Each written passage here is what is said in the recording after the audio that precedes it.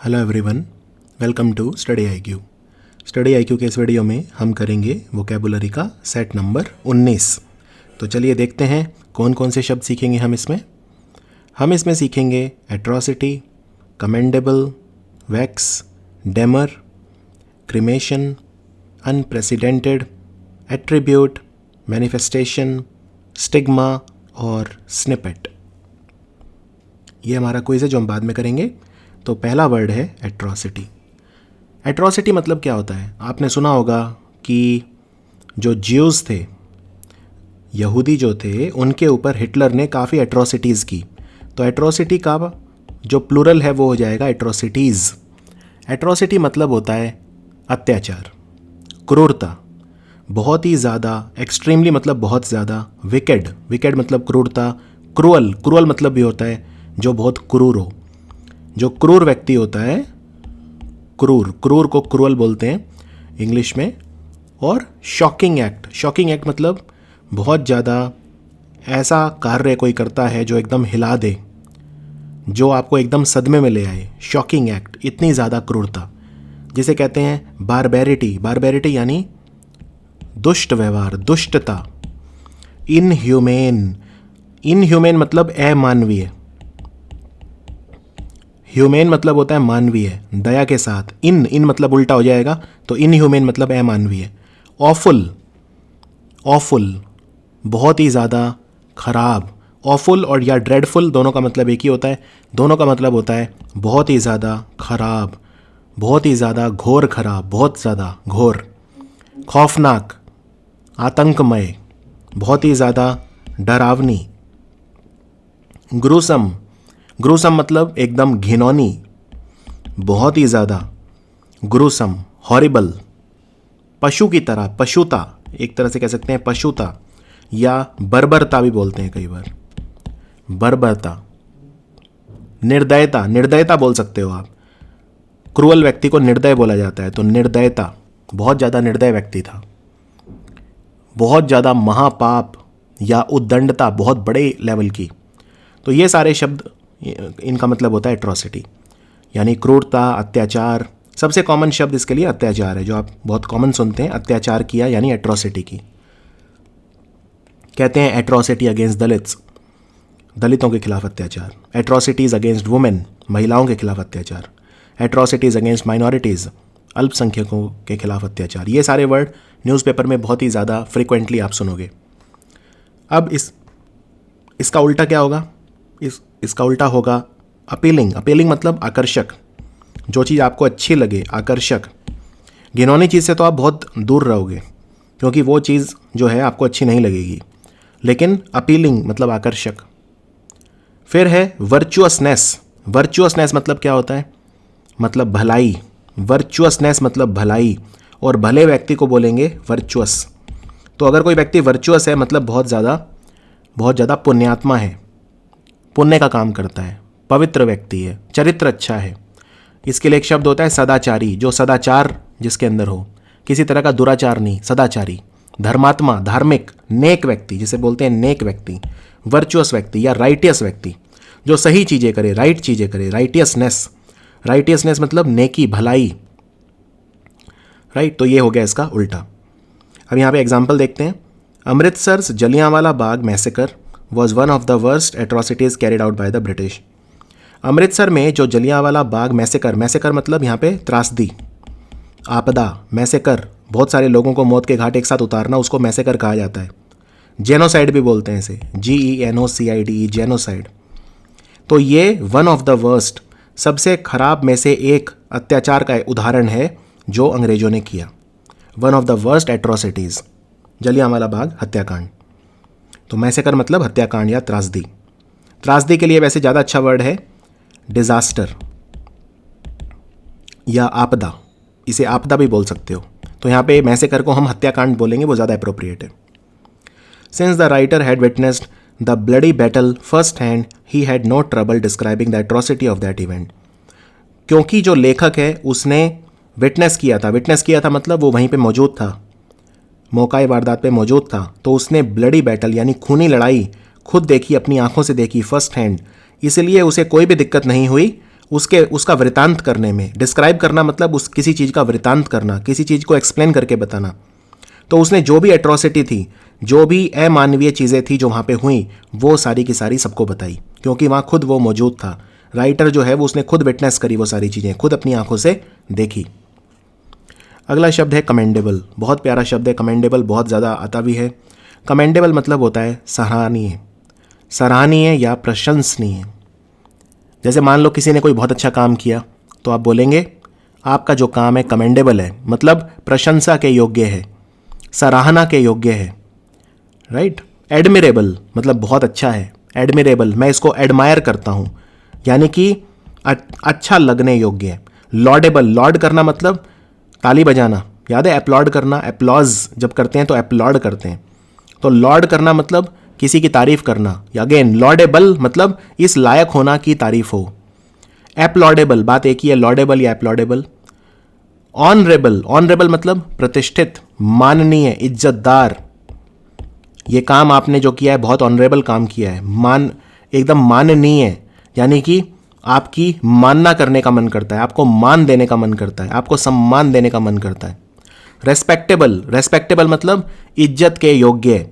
कई बार कहते हैं रेस्पेक्टेबल पर्सन, यानी इज्जतदार, इज्जतदार, इज्जत के योग्य है ये। तो कमेंडेबल है, आपने बहुत अच्छा काम किया है, कमेंडेबल। इतनी सारी बाधाओं के बावजूद आपने इतना अच्छा काम किया है, ये तो कमेंडेबल है, एप्लॉडेबल है, रेस्पेक्टेबल है, एडमिरेबल है। और इसका उल्टा क्या होगा? रेप्रीहेंसिबल, यानी निंदनीय। ये निंदा के योग्य है, ये तो निंदनीय है, निंदा के योग्य है। ये तिरस्कार के योग्य है, तिरस्कार करने के योग्य है। कई बार आप सुनेंगे वर्ड, मैं इसको कंडेम करता हूं, ये कंडेमनेबल है। कंडेमनेबल मतलब ये खंडन करने योग्य है, खंडन करने योग्य। सेंसुरेबल, सेंसुरेबल मतलब भी होता है घिनौना, घृणित, घृणित, निंदा के योग्य है, कलंक के योग्य, कलंक देने के योग्य है ये तो, यानी सेंसुरेबल है। कंटेम्प्टेबल, कंटेम्प्ट मतलब क्या होता है? बेइज्जती, कंटेम्प्ट। तो यानी कि ये बेइज्जती के लायक है, ये आपने ऐसा काम किया है, इतना खराब काम किया है, ये बेइज्जती के लायक है। कंटेम्प्टेबल कहते हैं कंटेम्प्ट ऑफ कोर्ट, यानी कोर्ट की बेइज्जती माना जाएगा, कंटेम्प्ट ऑफ कोर्ट। कंटेम्प्ट मतलब बेइज्जती, राइट। तो ये वैसा काम आपने किया है, तिरस्कार के योग्य है। तुच्छ, तुच्छ काम किया है, नीच काम किया है आपने, ये तुच्छ काम किया है। खेदजनक है ये, दुखद है ये, खेदजनक या दुखद। तो ये क्लियर होगा आपको। इसके एग्जाम्पल देखते हैं। Considering the restrictions and adversities under which she film that movie, I think she did a commendable job. इतनी सारी बाधाएं यानी रिस्ट्रिक्शंस और एडवर्सिटी, एडवर्सिटी मतलब बुरा समय, बुरा समय। इतनी सारी रिस्ट्रिक्शंस और एडवर्सिटी आई, परेशानियां आई, एडवर्सिटी आई, मुसीबतें आई, उसके बावजूद उसने वो फिल्म शूट करी, तो मुझे लगता है उसने कमेंडेबल काम किया, यानी कि प्रशंसनीय काम किया है। The government is doing a commendable work in dealing with the corona virus outbreak. सरकार प्रशंसनीय काम कर रही है corona virus outbreak, corona virus जो फैल रहा है उसको समेटने में, यानी कोरोना वायरस से निपटने में सरकार बहुत अच्छा काम कर रही है, प्रशंसनीय काम कर रही है। अगला है वैक्स, VEX, वैक्स। वैक्स मतलब होता है किसी को परेशान करना, किसी को सताना, चिढ़ाना, राइट। किसी को चिढ़ाना, सताना, दुख देना, कष्ट देना, किसी को तंग करना। अनॉय, अनॉय करना मतलब भी होता है किसी को परेशान करना, किसी को परेशान करना, किसी को दुख देना, कचोटना, राइट। किसी को खींचाना, जिससे वो खींच जाए, परेशान हो जाए। तंग करना, परेशान करना, कष्ट देना, तो इसका मतलब होता है वैक्स। इरिटेट करना, इरिटेट करना मतलब परेशान करना, किसी की मानसिक शांति को डिस्टर्ब करना। पीस ऑफ माइंड मतलब मानसिक शांति। बॉदर, किसी को बॉदर करना मतलब भी परेशान करना। कहते हैं ना, may I bother you for a minute, क्या मैं आपको एक मिनट के लिए परेशान कर सकता हूँ, 2 मिनट के लिए परेशान कर सकता हूँ। अगर आपको किसी से कोई काम लेना होता है तो आप क्या बोलते हैं? मे I bother you for 2 minutes, क्या मैं आपको 2 मिनट के लिए परेशान कर सकता हूँ, राइट। इर्क करना, इर्क करना मतलब भी परेशान करना। एग्जैस्परेट, एग्जैस्परेट करना किसी को, यानी कि अगेन किसी को परेशान करना, किसी को दुख देना, एग्जैस्परेट करना। तो अगर वो बंदा दुखी हो गया, दूसरा वाला व्यक्ति परेशान हो गया, तो क्या बोलेगा? आई एम एग्जैस्परेटेड, यानी मैं बहुत ज़्यादा परेशान हो चुका हूँ, मैं एकदम तंग आ चुका हूँ, एकदम क्रोधित हो चुका हूँ, अब मैं एकदम उत्तेजित हो चुका हूँ, मैं क्रोध में एकदम भड़का हुआ हूँ मैं इस वक्त। I am exasperated, right, I am exasperated. इसका उल्टा क्या होगा? अपीज करना। किसी को अपीज करना मतलब कोई ऐसा काम करना जो दूसरे को पसंद हो, यानी किसी को मनाना, अपीज करना, किसी को सेटिस्फाई करना, किसी को सेटिस्फाई करना, किसी को शांत करना, उसकी पसंद की चीज़ देकर शांत करना, उसको बोलते हैं अपीज करना। किसी को खुश करने के लिए कुछ काम करना, किसी को मनाना, उसको बोलते हैं अपीज करना। तो ये बिल्कुल इसका उल्टा है। ग्लैडन, कहते हैं ना I am glad to meet you, यानी मैं खुश हूं आपसे मिलकर। तो अगर किसी को आप ग्लैडन कर रहे हो मतलब आप उसको खुश कर रहे हो, आप उसको आनंदित कर रहे हो, आप उसको मग्न कर रहे हो, प्रसन्न कर रहे हो, खुश कर रहे हो, ग्लैडन कर रहे हो उसे, राइट। तो यहां पे ग्लैड जो है वर्ब की तरह यूज हुआ है। एग्जाम्पल देखते हैं। If you attempt to vex the dog by pulling his tail he will surely bite you. अगर आप कुत्ते को परेशान करोगे, डॉग को परेशान करोगे, कैसे? बाय पुलिंग हिज टेल, उसकी पूंछ को खींचकर, he will surely bite you, तो वो आपको पक्का काट लेगा। He will surely bite you. Just because you are having a bad day do not assume that the entire world is out to vex you. मैं मानता हूं कि आज आपका दिन बहुत अच्छा नहीं जा रहा, इनफैक्ट आपका दिन बुरा जा रहा है। You are having a bad day मतलब आज आपका दिन अच्छा नहीं जा रहा है, बैड डे है आपका, राइट। लेकिन इसका यह मतलब नहीं है कि आप ये सोचें कि पूरी दुनिया आपको परेशान करने के लिए लगी हुई है। डू नॉट अज्यूम यानी ऐसा मत मानिए, ऐसा मत सोचिए कि दैट द एंटायर वर्ल्ड, की पूरी दुनिया is out to vex you. Is out to vex you मतलब कि पूरी दुनिया आपको परेशान करने के लिए निकली हुई है। अगला शब्द है डेमर। डेमर और एक वर्ड होता है डेम्यूर। दोनों मिलते जुलते हैं लेकिन दोनों में फर्क होता है। देखिए, जिसमें ई लगता है यानी कि जो डेम्यूर होता है ये वो व्यक्ति होता है जो शाई होता है, जिसमें कॉन्फिडेंस की कमी होती है, चुपचाप रहने वाला, रेटिसेंट, क्या कहते हैं ना, ये व्यक्ति बहुत रिजर्व टाइप का है, रिजर्व्ड, उसको डेम्यूर बोलते हैं। लेकिन हम यहाँ बात कर रहे हैं वर्ब या नाउन डेमर की। तो डेमर मतलब होता है किसी काम में आप जब अपना एग्रीमेंट नहीं देते, अपनी सहमति नहीं देते, जब आप किसी चीज़ पे आपत्ति जताते हैं, और ये बहुत ही अच्छा शब्द है और बहुत ज़्यादा इस्तेमाल होता है डेमर। तो यानी कि जब आपके मन में शंका होती है और आप उस शंका का निवारण चाहते हैं, आप विरोध करते हैं किसी चीज़ का, उसे बोलते हैं डेमर। यानी डिसेंट, डिसेंट मतलब विरोध करना, डिसेंट मतलब विरोध करना, असहमत होना। ऑब्जेक्ट करना, किसी कहते हैं ना ऑब्जेक्शन, मुझे ऑब्जेक्शन है, यानी मैं इस काम को ऑब्जेक्ट करता हूं, मैं इसको अपनी सहमति नहीं देता। तो असहमत होना, किसी बात पे एतराज करना, एतराज करना, बात को चुपचाप नहीं मान लेना बल्कि उसको क्वेश्चन करना, प्रश्न चिन्ह लगाना। कॉन्ट्राडिक्ट करना, कॉन्ट्राडिक्ट मतलब उसके उल्टा विचार रखना। कॉन्ट्रा, काउंटर करना, यानी उसे, किसी चीज को अगर आप कॉन्ट्राडिक्ट कर रहे हैं मतलब आप पूरे तथ्यों के साथ आप उसको नकार रहे हैं। डिफर, डिफर मतलब मेरा मत आपसे अलग है, मैं आपसे डिफर करता हूं, ठीक है, हम दोनों के बीच एक मत नहीं है, मतभेद होना। तो डिसेंट का मतलब मतभेद भी हो सकता है। असहमत होना, विरोध प्रकट करना। मान लो सरकार ने कहा कि भाई ये काम करो, लेकिन आप कहते हैं नहीं, मैं डिसेंट कर रहा हूं, आप आंदोलन कर रहे हैं, आप रिबेल की तरह बिहेव कर रहे हैं, आप आंदोलन कर रहे हैं, सरकार के खिलाफ आप अपना डिसेंट शो कर रहे हैं। तो डिसेंट एक लोकतंत्र की जीवन रेखा को कहते हैं कि डिसेंट नहीं होगा, चुपचाप मानने वाले अगर सारे लोग होंगे तो फिर वो लोकतंत्र नहीं है। तो इसका उल्टा क्या होगा? एक्सीड कर लेना, यानी मान लेना। कंसीड कर लेना, कंसीड कर लेना भी होता है मान लेना, जैसे ही कंसीडेड डिफीट, उसने हार मान ली। एक्सेप्ट कर लेना, बात को चुपचाप मान लेना। सहमत हो जाना, एडमिट कर लेना बात को, ठीक है। एग्री हो जाना, एग्री मतलब सहमति, सहमत हो जाना। अप्रूव, अप्रूव, किसी चीज को आपने अप्रूव कर दिया मतलब अपनी स्वीकृति दे दी। असेंट, असेंट मतलब अपनी स्वीकृति देना। कहते हैं ना प्रेसिडेंट ने अपना असेंट दे दिया बिल को, तो प्रेसिडेंट ने अगर बिल को असेंट दे दिया तो वो अधिनियम बन जाता है, एक्ट बन जाता है। उसने अपना असेंट, अपनी सहमति दे दी। तो क्लियर है, ये सारे के सारे शब्द बहुत अच्छे हैं। डिसेंट मतलब विरोध करना, मतभेद आपका होना, असहमति प्रकट करना, ऐतराज करना, राइट।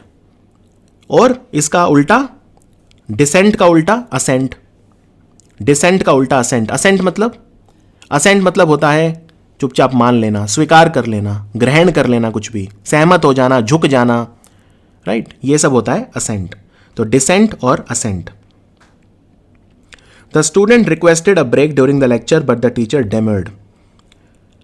जो स्टूडेंट था, विद्यार्थी था, उसने लेक्चर के बीच में टीचर से ब्रेक मांगा, लेकिन टीचर क्या कर गई, डेमर कर गई, यानी कि टीचर ने मना कर दिया। टीचर ने उस पर अपनी आपत्ति जताई, एक तरह से उसको स्वीकृति नहीं दी। Demurred, she demurred. Citizens have the right to demur and protest against any law they feel that is unconstitutional. जो नागरिक होते हैं, सिटीजन होते हैं, उन्हें पूरा अधिकार है, they have the right. Have the right मतलब उनको अधिकार है क्या, टू डेमर एंड प्रोटेस्ट, आंदोलन करने का और डेमर करने का, यानी अपना मतभेद दिखाने का, अपनी शंका दिखाने का, अपनी आपत्ति दिखाने का पूरा अधिकार है। किस चीज के खिलाफ, अगेंस्ट एनी लॉ, कानून के खिलाफ। कौन सा कानून, जो उन्हें लगता है, दे फील कि वो असंवैधानिक है, अनकॉन्स्टिट्यूशनल है, यानी असंवैधानिक। नेक्स्ट है क्रीमेशन। क्रीमेशन बोलते हैं शव दहन क्रिया। हम जैसे बोलते हैं ना अंत्येष्टि या अंतिम संस्कार करना, क्रीमेशन करना, अंतिम संस्कार करना, तो उसको बोलते हैं क्रीमेशन। किसी एक लाश को जलाना, बर्न करना, कॉप्स, कॉप्स मतलब होता है लाश, मृत व्यक्ति की लाश को कॉप्स कहा जाता है। टू एशेज, एशेज मतलब होता है राख, यानी किसी लाश को जला के राख बना देना, उसको बोलते हैं क्रीमेशन करना। इंसिनरेशन, इंसिनरेशन मतलब होता है किसी चीज को जलाना, उसको इंसिनरेशन कहते हैं। ये एग्जैक्ट सिनोनिम नहीं है, क्योंकि इंसिनरेशन जनरल टर्म में भी यूज होता है। जैसे हम अगर वेस्ट होता है तो वेस्ट को भी इंसिनरेट करते हैं, यानी हम जब अपशिष्ट प्रबंधन करते हैं, वेस्ट हमारा इकट्ठा हो जाता है, कचरा, कचरा प्रबंधन, तो उसमें कचरे को जलाते हैं, तो उसको भी इंसिनरेट करते हैं। लेकिन क्रीमेशन मतलब होता है किसी शव को जलाना, किसी लाश को जलाना। बरियल, बरियल मतलब दफन करना, ठीक है। एक्ट ऑफ बरिंग, बरिंग मतलब दफन करना, बरी मतलब दबाना, मिट्टी में दबाना, ठीक है। बरी, कई बार बरी वैसे भी यूज होता है, जैसे why are you burying the truth, आप सच को क्यों दबा रहे हैं। टू बरी द ट्रूथ मतलब सच को दबाना, तो बरी मतलब होता है किसी चीज को दबाना। अब डेड बॉडी को भी बरी करते हैं, तो डेड बॉडी को भी दबाते हैं धर्म के अनुसार। कोई जलाता है, कोई दबा देता है मिट्टी में, क्योंकि हमारा शरीर 5 तत्वों का बना होता है। आकाश, अग्नि, वायु, जल, 5 तत्व के बने हैं। तो अगर आप अग्नि के सुरपुत करते हैं, उसे अग्नि में डाल देते हैं, तो आप तब भी उसे उसी तत्वों में लौटा रहे हैं वापस। अगर आप दफन कर देते हैं तो भी आप उसे, क्योंकि पृथ्वी एक वो होता है, पृथ्वी, अग्नि, वायु, जल, आकाश, तो पृथ्वी में लौटा रहे हैं, तो भी आप उसे 5 तत्वों में, चाहे आप जलाइए चाहे आप दफनाइए, क्या फर्क पड़ता है, वो वही 5 तत्वों में वापस जाएगा, जिन 5 तत्वों की हमारा शरीर बना है। तो बरियल, बरियल मतलब किसी डेड बॉडी को बरी करना। ग्रेवयार्ड क्या होता है, ग्रेवयार्ड बोलते हैं शमशान घाट को, शमशान भूमि, शमशान भूमि, ग्रेवयार्ड या उसे सेमेटेरी भी बोल सकते हैं। बरियल ग्राउंड, जहां पे दफनाया जाता है। जनरली ग्रेवयार्ड हम ईसाई धर्म में यूज करते हैं वर्ड, जनरली, ठीक है ना, ग्रेवयार्ड। हम वैसे क्रीमेशन ग्राउंड बोलते हैं, हिंदू धर्म में क्रीमेशन ग्राउंड, शमशान भूमि को, कि क्रीमेशन ग्राउंड कहां पे है। इस्लामिक कोई व्यक्ति होगा तो कहेगा बरियल, प्लेस ऑफ बरियल, यानी जहां पे दफन करना है वो कहां है।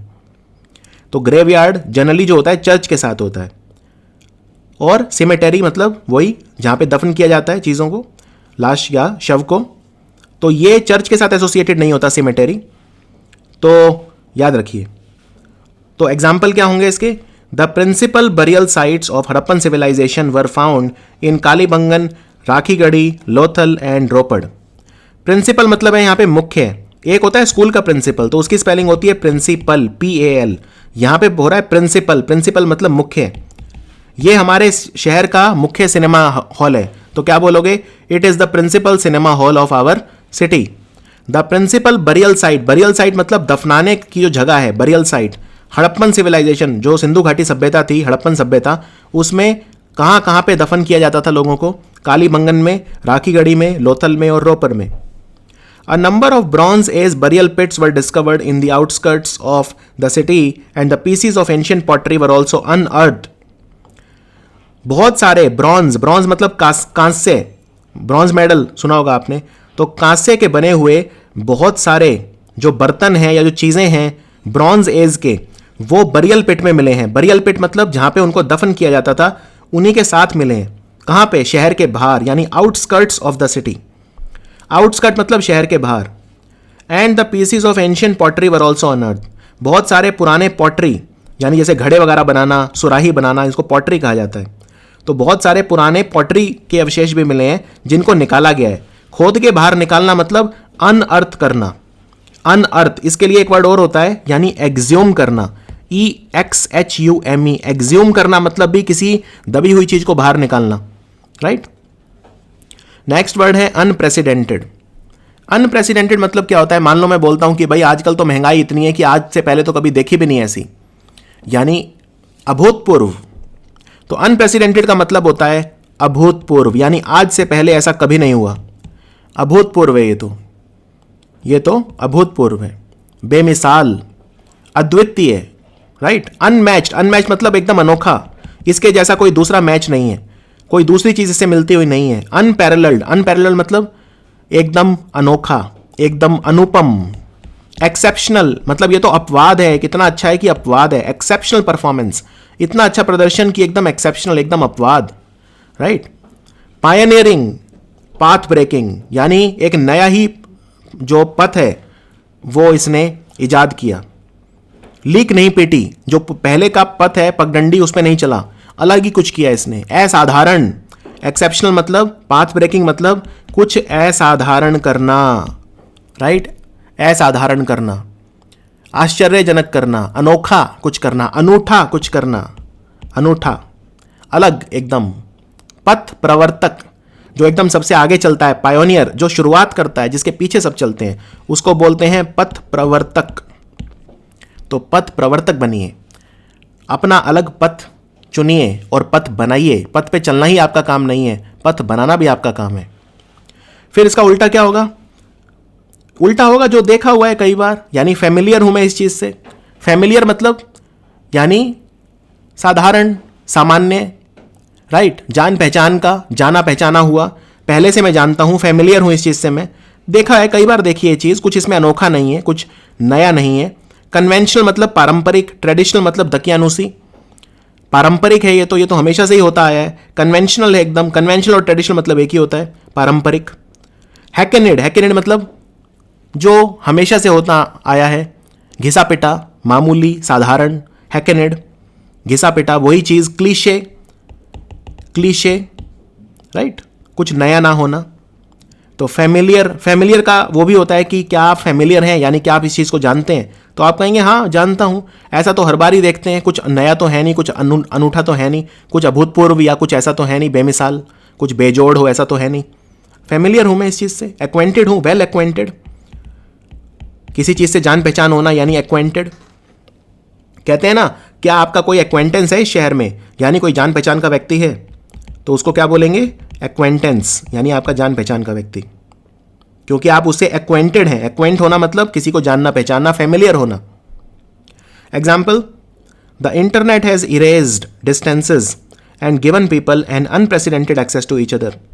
आज जो इंटरनेट है उसने दूरियां मिटा दी हैं। इरेज करना मतलब मिटाना, जैसे इरेजर होता है, रबड़ होता है, उसे इरेजर बोलते हैं ना, जिससे मिटाते हैं। तो इरेज, इरेज करने के लिए एक और वर्ड होता है, मिटा देना, एक्सपंज करना, EXPUNGE, एक्सपंज करना भी मतलब मिटा देना। तो जो इंटरनेट है आज उसने दूरियां मिटा दी हैं, इरेज कर दिया डिस्टेंस, और इससे लोगों को एक दूसरे के प्रति अभूतपूर्व एक्सेस मिल गया है। एक्सेस मतलब जब आप किसी चीज तक पहुंच सकें। अगर आप मान लीजिए बिहार में बैठे हैं, तो पहले आप किसी व्यक्ति जो केरल में बैठा है उस तक कैसे पहुंच सकते थे? बहुत कम चांसेस थे। लेकिन आज आप इंटरनेट के माध्यम से दूरियां मिट गई हैं, तो बड़े आसानी से आपको एक्सेस मिल गया है। एक्सेस मतलब पहुंच मिल गई है, राइट, एक रास्ता मिल गया है जिससे आप उस तक पहुंच सकें। Of all the unprecedented swings in financial market since COVID-19 pandemic broke out, none has been more jaw-dropping than the recent collapse in a key segment of US oil trading. अभी तक बहुत सारी अनप्रेसिडेंटेड चीजें हुई हैं। Swing होना मतलब market swing होना मतलब मार्केट कभी ऊपर जा रही है, कभी नीचे आ रही है, फिर ऊपर फिर नीचे, यानी स्विंग हो रही है बहुत ज़्यादा। तो फाइनेंशियल मार्केट जो है, हमारी शेयर मार्केट है, जब से कोरोना वायरस आया है तब से मार्केट में अभूतपूर्व स्विंग यानी उछाल और जो ढलान है वो देखी जा रही है, राइट। और अब क्या हुआ है? अब जो सबसे ज़्यादा आश्चर्यजनक चीज़ है वो हुई है कि collapse in the key segment of US oil trading. जो यूएस ऑयल ट्रेडिंग है वो कोलैप्स हो गई है। तो ये सबसे ज़्यादा जॉ ड्रॉपिंग, जॉ ड्रॉपिंग मतलब एकदम सबसे ज़्यादा हिला देने वाली, सबसे ज़्यादा आश्चर्यजनक चीज़, जॉ ड्रॉपिंग। अब बात करते हैं अगला वर्ड एट्रीब्यूट। और एट्रीब्यूट के दो मतलब होते हैं और ये बहुत ज़्यादा यूज़ होता है वर्ड एट्रीब्यूट। कहते हैं ना, आप अपनी जो सक्सेस है, आप अपनी सक्सेस किसे एट्रीब्यूट करते हैं, यानी आप उसका श्रेय किसे देते हैं, अपनी सक्सेस का जो श्रेय है वो किसे देते हैं। तो एट्रीब्यूट का पहला मतलब तो होता है कोई विशेषता, ठीक है। हमने एक वर्ड किया था पहले, इडियोसिंक्रेसी। इडियोसिंक्रेसी मतलब किसी व्यक्ति की कोई खास विशेषता।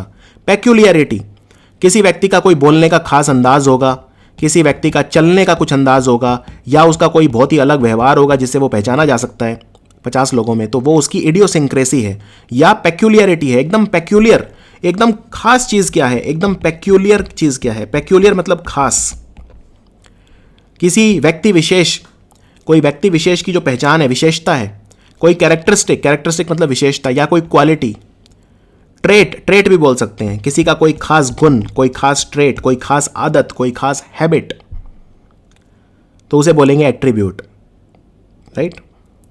जैसे the interviewer asked me what I consider to be my best attribute. जो मेरा इंटरव्यू ले रहा था, इंटरव्यूअर, उसने मुझसे पूछा, आस्क्ड मी, कि व्हाट आई कंसीडर, मैं किसे मानता हूं। कंसीडर करना मतलब मानना, मैं ये कंसीडर करता हूं, तो मैं कंसीडर करता हूं अब मेरी बेस्ट क्वालिटी क्या है। यानी कि इंटरव्यूअर ने सीधा मुझसे पूछा कि मेरी बेस्ट क्वालिटी क्या है, जिसे मेरी नज़रों में what I consider to be my best attribute, मेरी नज़रों में मेरी जो है बेस्ट क्वालिटी क्या है, ये मुझसे इंटरव्यू में पूछा गया, साक्षात्कार में पूछा गया। The power failure was attributed to the recent storm and high winds. अब एट्रीब्यूट का दूसरा मतलब एक और होता है, किसी चीज के लिए किसी चीज को जिम्मेवार ठहराना, उत्तरदायी ठहराना या उसको श्रेय देना। जैसे फॉर एग्जाम्पल, आप अपनी सक्सेस किस चीज को एट्रीब्यूट करते हैं, जैसे she attributes her success to hard work and a little luck. वो कहती है, वो अपनी सक्सेस, अपनी सफलता का श्रेय देती है। एट्रीब्यूट करना किसी चीज को, तो वो she attributes her success to, I attribute my success to the trust that my parents had in me, या the trust the love they showered on me. मैं अपनी सफलता का श्रेय अपने पेरेंट्स को देता हूं, जो उन्होंने मुझ में विश्वास दिखाया उसको देता हूं। इसी तरह से she attributes her success to hard work and a little luck. वो अपनी सफलता का श्रेय देती है किसे, एक तो मेहनत को, हार्ड वर्क को, और लिटिल लक, थोड़ी बहुत लक को भी, थोड़ी बहुत किस्मत को भी, भाग्य को भी, दोनों को देती है वो, ज्यादा मेहनत को और थोड़ा सा लक को भी। तो एट्रीब्यूट मतलब उत्तरदायी ठहराना या श्रेय देना। टू से और think that something is the result of a particular thing, तो इसका सिनोनिम होता है एस्क्राइब। एस्क्राइब मतलब भी होता है एट्रीब्यूट, श्रेय देना, असाइन या अक्रेडिट, किसी चीज को उस चीज का क्रेडिट देना, श्रेय देना। ये तीनों वर्ड्स एकदम एग्जैक्ट सिनोनिम की तरह यूज किए जा सकते हैं। और एट्रीब्यूट का दूसरा मतलब होता है कोई खास आपके अंदर गुण या विशेषता। अब यहां पे सेंटेंस कितना अच्छा दिया है, the power failure was attributed to the recent storm and high winds. अभी अभी जो बिजली का फेलियर हुआ था, पावर फेलियर, उसका श्रेय किसे जाता है, it was attributed to the recent storm and high wind. अभी जो तूफान आया था और बहुत तेज हवाएं चली थी, उसे जाता है। यानी बिजली गई क्यों, बिजली इसलिए गई क्योंकि तूफान आया और बहुत ज्यादा हवा चली। तो the power failure was attributed to the recent storm and high winds. अगला शब्द है मैनिफेस्टेशन। मैनिफेस्टेशन, मैनिफेस्टेशन क्या होता है, इसे समझना थोड़ा सा कठिन है, लेकिन आप समझ पाएंगे। मान लीजिए आपने कोई कहानी सुनी, कहानी में आपने सुना कि भाई एक व्यक्ति होता था कभी, श्रवण कुमार, वो जो है अपने बहुत ज़्यादा माता पिता से प्रेम करता था और उन्हें अपने कंधे पर बिठाकर वो एक जगह से दूसरी जगह लेकर जाता था। अब आपने तो सिर्फ कहानी सुनी है, आपने किसी श्रवण कुमार को तो देखा नहीं है, लेकिन मान लीजिए कि आप कोई ऐसा व्यक्ति देखते हैं जो अपने माता पिता के लिए कुछ बहुत ही अनूठा कर रहा है, कुछ अनप्रेसिडेंटेड कर रहा है, बहुत ही ज़्यादा कुछ बेजोड़ कुछ कर रहा है, बहुत ही ज़्यादा अद्वितीय कुछ कर रहा है, बहुत बड़ा कुछ कर रहा है। माँ बाप के लिए उसने अपना जीवन पूरा समर्पित कर दिया। किसी आप ऐसे व्यक्ति से मिलते हैं तो आप कहेंगे this person is a living embodiment या मैनिफेस्टेशन ऑफ श्रवण कुमार। यानी ये एक जीता जागता उदाहरण है, लिविंग एम्बॉडीमेंट। एम्बॉडीमेंट मतलब उदाहरण, यानी जो कोई विचार था या जो कहानी थी उसको जीवित कर देखा मैंने। तो एम्बॉडीमेंट मतलब बॉडी, बॉडी मतलब शरीर। किसी विचार को मैंने शरीर में देखा, राइट। तो इसको मैनिफेस्टेशन भी बोल सकते हैं, प्रदर्शन या प्रत्यक्षीकरण।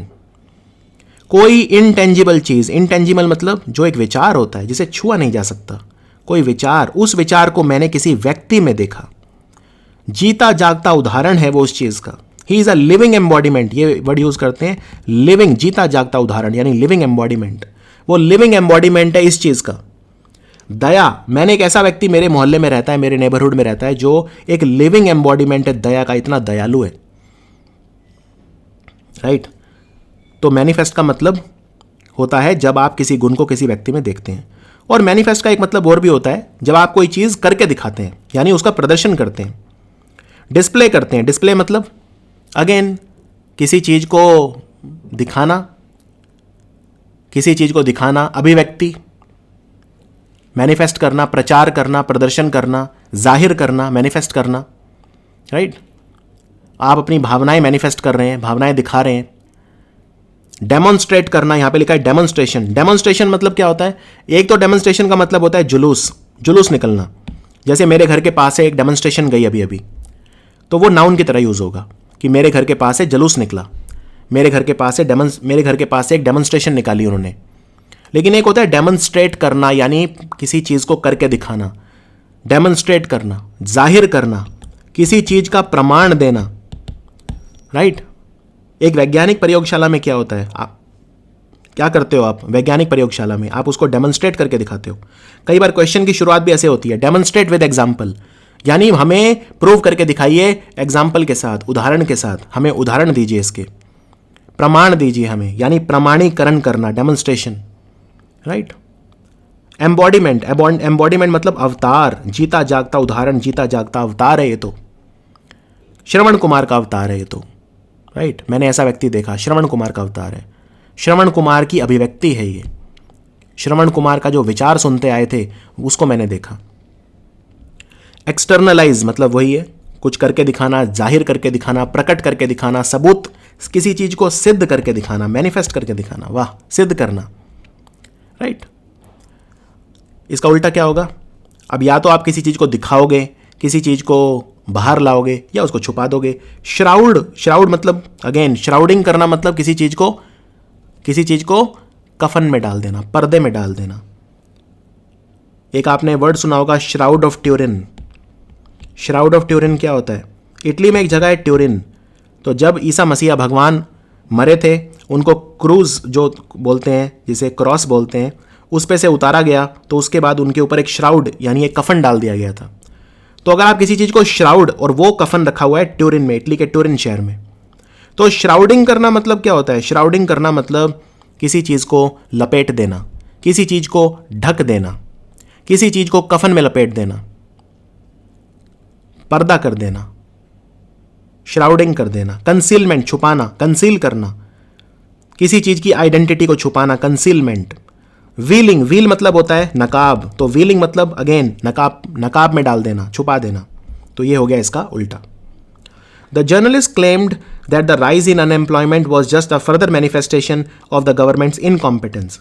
जो पत्रकार है उसने ये क्लेम किया, ये कहा कि जो बेरोजगारी बढ़ रही है, अनएम्प्लॉयमेंट बढ़ रही है, वो क्यों बढ़ रही है? वो सरकार की इनकॉम्पिटेंस। इनकॉम्पिटेंस मतलब क्या होता है?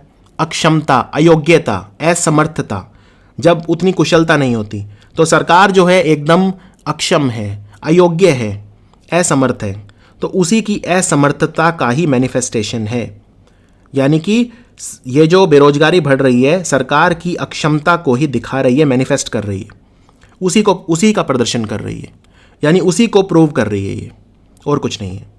I have never experienced a physical manifestation of a spirit. Spirit मतलब होता है आत्मा, कई बार प्रेत आत्मा, भूत। मैंने कभी भी किसी भूत प्रेत को नहीं देखा है, यानी मैंने उसका फिजिकल मैनिफेस्टेशन नहीं देखा है। कभी मैंने कोई ऐसा शरीर नहीं देखा है जिसमें मुझे कोई आत्मा का फिजिकल मैनिफेस्टेशन नजर आए। इतना सुनते हैं कि आत्माएं होती हैं, ये होता है, पर मैंने कभी नहीं देखा है। मैंने एटलीस्ट किसी आत्मा को शरीर रूप में कभी नहीं देखा है। अगला शब्द है स्टिग्मा। स्टिग्मा मतलब क्या होता है?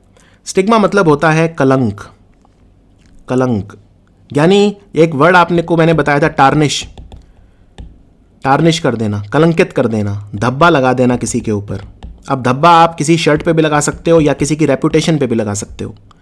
तो स्टिग्मा मतलब a mark of disgrace. Disgrace मतलब जब सम्मान चला जाता है तो उसे डिसग्रेस बोलते हैं, ठीक है ना। जब व्यक्ति अपना खुद का ही अपमान कराता है, अपनी रेपुटेशन खराब कर लेता है, टार्निश कर लेता है। ब्लॉट, ब्लॉट मतलब धब्बा। टेंट, टेंट मतलब भी धब्बा। टेंटेड इमेज है वो नेता जो है, उसकी टेंटेड इमेज है, यानी कैसी इमेज है, दागदार है, वो दागी है, उसकी इमेज कैसी है, दागी। स्टेन, स्टेन मतलब भी होता है दागदार। स्कार, स्कार मतलब भी होता है, स्कार वैसे उसको बोलते हैं जो आपके चोट लग जाती है तो बाद में स्कार बन जाता है शरीर के ऊपर, कोई निशान रह जाता है, यानी वो आपकी पुरानी करतूत का निशान, यानी वही दागदार। ब्लेमिश, ब्लेमिश मतलब भी होता है दाग लगाना, राइट। ब्लेमिश मतलब भी होता है दाग लगाना। तो इसका उल्टा क्या होगा, फेम, ग्लोरी या ऑनर। ऑनर मतलब सम्मान, सम्मान देना। ग्लोरी, ग्लोरी मतलब भी होता है सम्मान, और फेम मतलब भी क्या होता है, ख्याति, आपकी ख्याति होना। तो या तो आपकी इमेज के ऊपर स्टिग्मा लग जाएगा, दाग लग जाएगा, कलंक लग जाएगा, या आपको फेम मिलेगा, ख्याति मिलेगी, प्रसिद्धि मिलेगी, आपको प्रतिष्ठा मिलेगी, आपको यश मिलेगा, आपको ग्लोरी यानी शोहरत मिलेगी आपको, राइट। आपकी कीर्ति होगी बहुत ज्यादा। आपकी कीर्ति, कहते हैं ना, आपकी कीर्ति तीनों लोकों में हो, आपका नाम होगा, आप नामवर हो जाएंगे, यानी फेम मिलेगा आपको, ऑनर मिलेगा, सम्मान मिलेगा, प्रतिष्ठा मिलेगी आपको। 10 लोग पूछेंगे आपको ग्लोरी, या स्टेन हो जाओगे, स्कार हो जाओगे, टेंट हो जाओगे, ब्लॉट हो जाओगे, या ब्लेमिश हो जाओगे। मान लो मुझे कहना हो कि वो ईमानदार आदमी है, तो मैं क्या कहूंगा, भाई उसकी इमेज तो एकदम अनब्लेमिश्ड है, अनब्लेमिश। अब ब्लेमिश मतलब होता है दागी, अन मतलब उल्टा, तो अनब्लेमिश्ड मतलब एकदम क्लीन है, एकदम ईमानदार, दाग रहित, अनब्लेमिश्ड इमेज है। तो इस तरह से जब आप जितना ज़्यादा आप इंग्लिश पढ़ेंगे उतना ज़्यादा आपको पता चलेगा कि शब्द का इस्तेमाल कैसे करते हैं, राइट। वरना आप शब्द सीख तो जाएंगे लेकिन इस्तेमाल करना नहीं आएगा, क्योंकि वरना आप वोकैबुलरी को रटना शुरू कर देंगे। इसीलिए खुद से सेंटेंस मत बनाइए, पढ़िए जितना ज़्यादा हो सके। अब आपके मान लीजिए कल शर्ट के ऊपर कोई दाग लग गया, तो आप क्या बोलेंगे कि there is a blemish on my shirt? नहीं, ऐसे नहीं बोल सकते आप ये बोलेंगे there is a stigma on my shirt? बिल्कुल नहीं। स्टिग्मा शर्ट के सेंस में यूज होता ही नहीं है, ये तो रेपुटेशन के सेंस में यूज होता है, या जब हम किसी चीज को कलंकित मान लेते हैं। जैसे कहते हैं अखबार में, अभी मैंने पढ़ा कि अभी मेंस्ट्रुएशन डे था कुछ दिन पहले, वर्ल्ड मेंस्ट्रुएशन अवेयरनेस डे। तो मेंस्ट्रुएशन यानी मासिक धर्म जो होता है महिलाओं में, उससे रिलेटेड समाज में जितने भी स्टिग्मा है हमें उनको खत्म करना है, यानी मासिक धर्म के बारे में बात होनी चाहिए, ये कोई कलंक नहीं है। तो जो स्टिग्मा है मेंस्ट्रुएशन का, मासिक धर्म का, हमें उसे समाज से खत्म करना है। स्टिग्मा एसोसिएटेड विद लेप्रेसी हमें खत्म करना है। जिन लोगों को कुष्ठ रोग हो जाता है, लेप्रेसी हो जाता है, उससे जुड़ा हुआ जो स्टिग्मा है, कलंक है, हमें खत्म करना है। उस सेंस में यूज होता है स्टिग्मा। तो जब आप इंग्लिश जितना ज़्यादा अखबार पढ़ेंगे, जितना ज़्यादा आप न्यूज़ पढ़ेंगे इंग्लिश में, जितना ज़्यादा चैनल इंग्लिश में देखेंगे, इंग्लिश मूवीज़ देखेंगे, आपको शब्दों का इस्तेमाल करना आएगा, वो ज़्यादा ज़रूरी है। सिर्फ शब्द रट के आप इंग्लिश नहीं सीख सकते। ये शब्द की को मैं आपको क्लियर कर रहा हूँ, शब्द क्लियर कर रहा हूँ, लेकिन ये पहला स्टेप है। दूसरा स्टेप आपको खुद करना है, और वो है पढ़ना है, अखबार पढ़ना है। जब आप अखबार में यही सब शब्द देखेंगे तो मज़ा आएगा, असली मज़ा उस दिन आएगा। सिर्फ ये वीडियो देखकर मज़ा नहीं आएगा। एक्सप्लेनेशन की क्वालिटी है, ठीक है, आपने सीखा, शब्द समझा अच्छे से, लेकिन उसके बाद अगला स्टेप आपका है। एग्जाम्पल देखते हैं। People are often afraid to admit that they have a mental illness because of the stigma attached to the psychiatric disorder. जो चीज़ मैंने अभी कही, लोग मेंटल इलनेस यानी दिमागी रोगों की बात ही नहीं करते हैं। क्यों? क्योंकि समाज में उसको लेके बहुत ज़्यादा स्टिग्मा है। अगर आप किसी को कहेंगे कि मैं साइकेट्रिस्ट के पास जा रहा हूँ, तो लोग कहेंगे अरे तू तो पागल है, वहाँ तो पागल लोग जाते हैं। ऐसा नहीं है। इसीलिए डिप्रेशन का आदमी अंदर ही अंदर घुटता रहता है, वो किसी को कह नहीं पाता, लोग सोचेंगे पागल है। अवसाद का जो व्यक्ति होता है वो किसी को कह नहीं पाता, अंदर ही अंदर वो घुटता रहता है, अंदर ही अंदर तनाव लेता रहता है, तनाव बढ़ जाता है एक सीमा से ज़्यादा, तब वो सुसाइड कर लेता है। तो हमें समाज में जो भी स्टिग्मा है उनको हटाना है। In many countries there is still a strong social stigma attach to homosexuality. कई देशों में जो होमोसेक्सुअल यानी समलैंगिक लोग हैं वो खुल के सामने नहीं आते। क्यों? समाज में मजाक उड़ेगा, क्योंकि समाज में तो वो कलंक है, स्टिग्मा एसोसिएटेड है। तो एक सोशल स्टिग्मा यानी सामाजिक कलंक, अटैच्ड या एसोसिएटेड। ठीक है, स्टिग्मा के साथ आप यही वर्ड देखेंगे, या तो अटैच्ड या एसोसिएटेड, यानी उसके साथ एक स्टिग्मा है। There is a stigma associated with failure. हमारे समाज में जो फेल व्यक्ति होता है उसकी इज्जत नहीं होती। तो क्यों? क्योंकि there is a stigma attached to it, there is a stigma associated with it. Snippet, snippet मतलब होता है टुकड़ा। मान लो कोई बहुत बड़ी कोई कविता है, आप कहोगे भाई पूरी पढ़ने का टाइम तो नहीं है, एक काम करो, एक उसका स्निपेट दे दो, एक छोटा सा अंश मुझे दे दो, मैं अपने आप पढ़ लूँगा बाद में, ठीक है, आप अंश दे दो बस मुझे एक, या उसकी समरी दे दो, छोटा करके दे दो, कोई टुकड़ा बना के दे दो उसका। तो किसी चीज़ का एक्सेप्ट मतलब भी होता है किसी चीज़ का अंश। एक्सट्रैक्ट मतलब निचोड़, बस मेरे पास इतना ही समय, आप मुझे निचोड़ दे दो, एक्सट्रैक्ट दे दो। फ्रैगमेंट यानी कि एक छोटा सा अंश यानी टुकड़ा, फ्रैगमेंट मतलब टुकड़ा। फ्रैक्शन मतलब कहते हैं ना फ्रैक्शन, 1/4 एक चौथाई यानी खंड या भाग। मॉडिकम मतलब भी होता है अल्प मतलब कम, थोड़ा, नाम मात्र, थोड़ी मात्रा में, मॉडिकम। और इसका उल्टा क्या होगा? अनअब्रिज्ड मतलब अब्रिज करना मतलब किसी चीज को छोटा करना, और अन मतलब उल्टा यानी कि बिल्कुल विस्तार से। तो अनअब्रिज्ड मतलब हो गया विस्तार से, मुझे पूरा विस्तार से दो, पूरी की पूरी मुझे वो दो, एकदम पूरी पोएम चाहिए, पूरी की पूरी मुझे न्यूज़ चाहिए, पूरी कहानी चाहिए, पूरी किताब चाहिए। मुझे सिर्फ निचोड़ से काम नहीं चलेगा, मुझे तो पूरी किताब पढ़नी है। सिर्फ खंड मत दो मुझे, पूरा अध्याय, पूरा सब कुछ, पूरी किताब दो मुझे, सिर्फ एक अध्याय मत दो। तो एक्सर्प्ट बहुत ज़्यादा यूज होता है, एक्सर्प्ट, एक्सट्रैक्ट, फ्रैगमेंट इत्यादि। एग्जाम्पल देखते हैं। Usually I don't have much time to sit and watch the whole game, but I do watch snippets during breaks. मेरे पास जनरली इतना समय तो नहीं होता कि मैं बैठ के पूरा गेम देखूं। I don't have much time to sit and watch the whole game, लेकिन मैं स्निपेट देख लेता हूं कभी कभी ब्रेक्स में, यानी हाईलाइट देख लेता हूं, टुकड़े देख लेता हूं मैच के, थोड़े छोटे छोटे बीच बीच में ब्रेक्स में। Posting a snippet of the story on the website allows the reader some insight into the author's work. जब आप अपनी वेबसाइट पे कोई स्टोरी डालते हैं बहुत लंबी, तो ये अच्छा होगा उसका एक टुकड़ा भी डाल दें, स्निपेट डाल दें। उससे क्या होगा, जो रीडर होगा, जो पढ़ने वाला व्यक्ति होगा, उसे इंसाइट मिल जाएगा, उसे पता चल जाएगा कि ऑथर का वर्क जो है, यानी जो कहानी है बड़ी, उसके अंदर क्या है। तो वो इंटरेस्टेड होगा तो फिर पढ़ लेगा, नहीं तो फिर वो छोड़ देगा। लेकिन उसका स्निपेट होना ज़रूरी है, उसका एक छोटा सा अंश वहाँ पर होना ज़रूरी है। चलिए अब हम करते हैं हमारा paragraph. It is waxing to read the reports about people demurring to the burial or even cremation of persons in their locality who pass away because of coronavirus infection.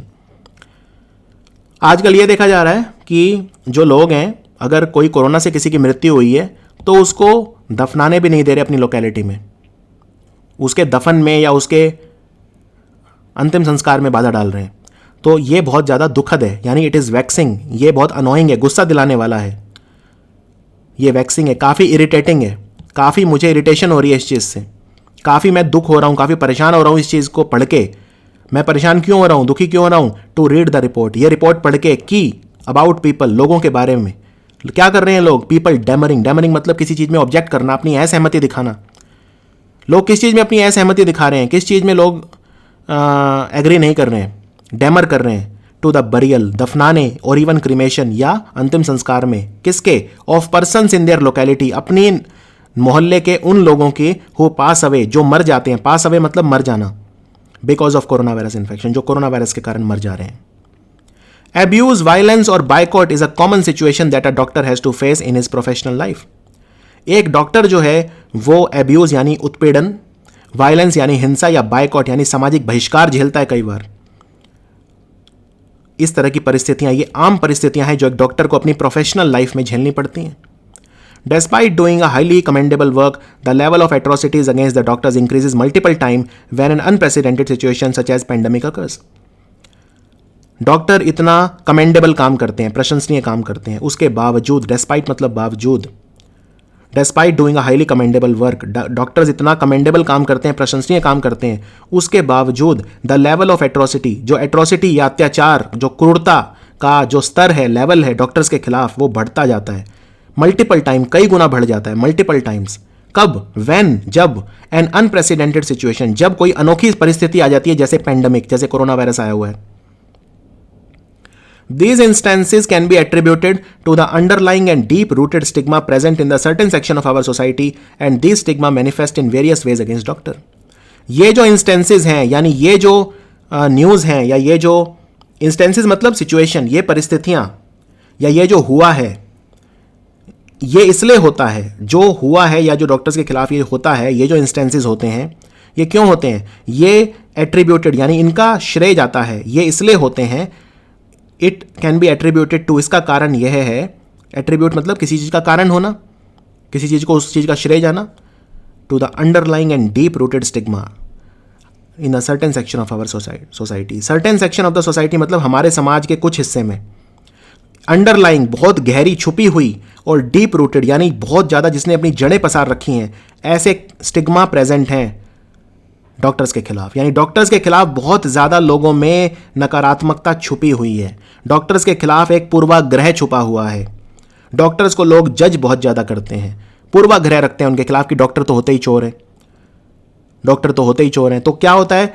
ये डीप रूटेड और इनकी जड़ें बहुत गहरी हैं। Deep rooted मतलब जिसकी जड़ें बहुत गहरी हैं, तो इस वजह से ये डॉक्टर्स के खिलाफ हिंसा देखने को मिलती है। और फिर ये जो स्टिग्मा है, ये जो डॉक्टर्स के खिलाफ जो लोगों ने विचार बना रखे होते हैं, स्टिग्मा कलंक जो उनके मन में होते हैं, जो धब्बा जो इमेज डॉक्टर्स की होती है, वो अपने आप को मैनिफेस्ट करती है फिर कई रूप में। जैसे डॉक्टर की लोग पिटाई करते हैं, डॉक्टर की जान ले लेते हैं कई बार, तो ये उसी का एक नतीजा है कि जो लोगों के मन में डॉक्टर्स के प्रति घृणा या जो एक वो होता है बहुत डीप रूटेड होता है। और ये जो ऊपर का स्निपेट है, ये जो स्निपेट मैंने लिया है ये द हिंदू से लिया है, तो यहाँ पे स्निपेट वर्ड को मुझे डालना था।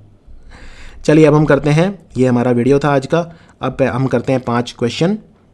वैक्स का उल्टा बताना है। वैक्स मतलब किसी को परेशान करना, तो इर्क मतलब भी वही होता है, एग्जैस्परेट भी वही होता है, बॉदर भी वही होता है, ग्लैडन मतलब किसी को खुश करना, तो आंसर हो गया सी। एप्लॉडेबल, एप्लॉडेबल का सिमिलर मीनिंग बताना है। एप्लॉडेबल मतलब किसी की प्रशंसा करना, तो इसका सिमिलर हो गया कमेंडेबल, यानी प्रशंसनीय या कोई अच्छा काम किया हो तो सराहना के योग्य। मैनिफेस्टेशन का उल्टा बताना है। मैनिफेस्टेशन का उल्टा, ठीक है, मैनिफेस्ट मतलब कोई चीज़ दिखाना, इसका उल्टा होगा कुछ चीज़ छुपाना यानी श्राउडिंग करना, तो श्राउडिंग मतलब किसी चीज़ को छुपाना, लपेटना, वो सब। एट्रॉसिटी, एट्रॉसिटी मतलब अत्याचार, इसका उल्टा होगा वर्चुअसनेस यानी कि दया, वर्चुअसनेस जो सही काम करना वो करना, वर्चुअस होना, राइट। सदाचार, अत्याचार का उल्टा होता है सदाचार, तो वर्चुअसनेस मतलब सदाचार। अनप्रेसिडेंटेड का सिनोनिम, अनप्रेसिडेंटेड मतलब एकदम अनोखा, अनुपम, अद्वितीय, बेजोड़, तो इसका उल्टा क्या होगा, उल्टा होगा, अब यहाँ पे देखिए 2 वर्ड हैं, नोबेल और नोबल। पहली बात तो ये जो नोबेल है ये तो हटाई दो, ये मतलब नोबेल प्राइज़ वाला, ये तो किसी व्यक्ति का नाम था नोबेल, और नोबेल मतलब होता है दया वाला, तो ये कोई मतलब यहाँ पे नहीं है।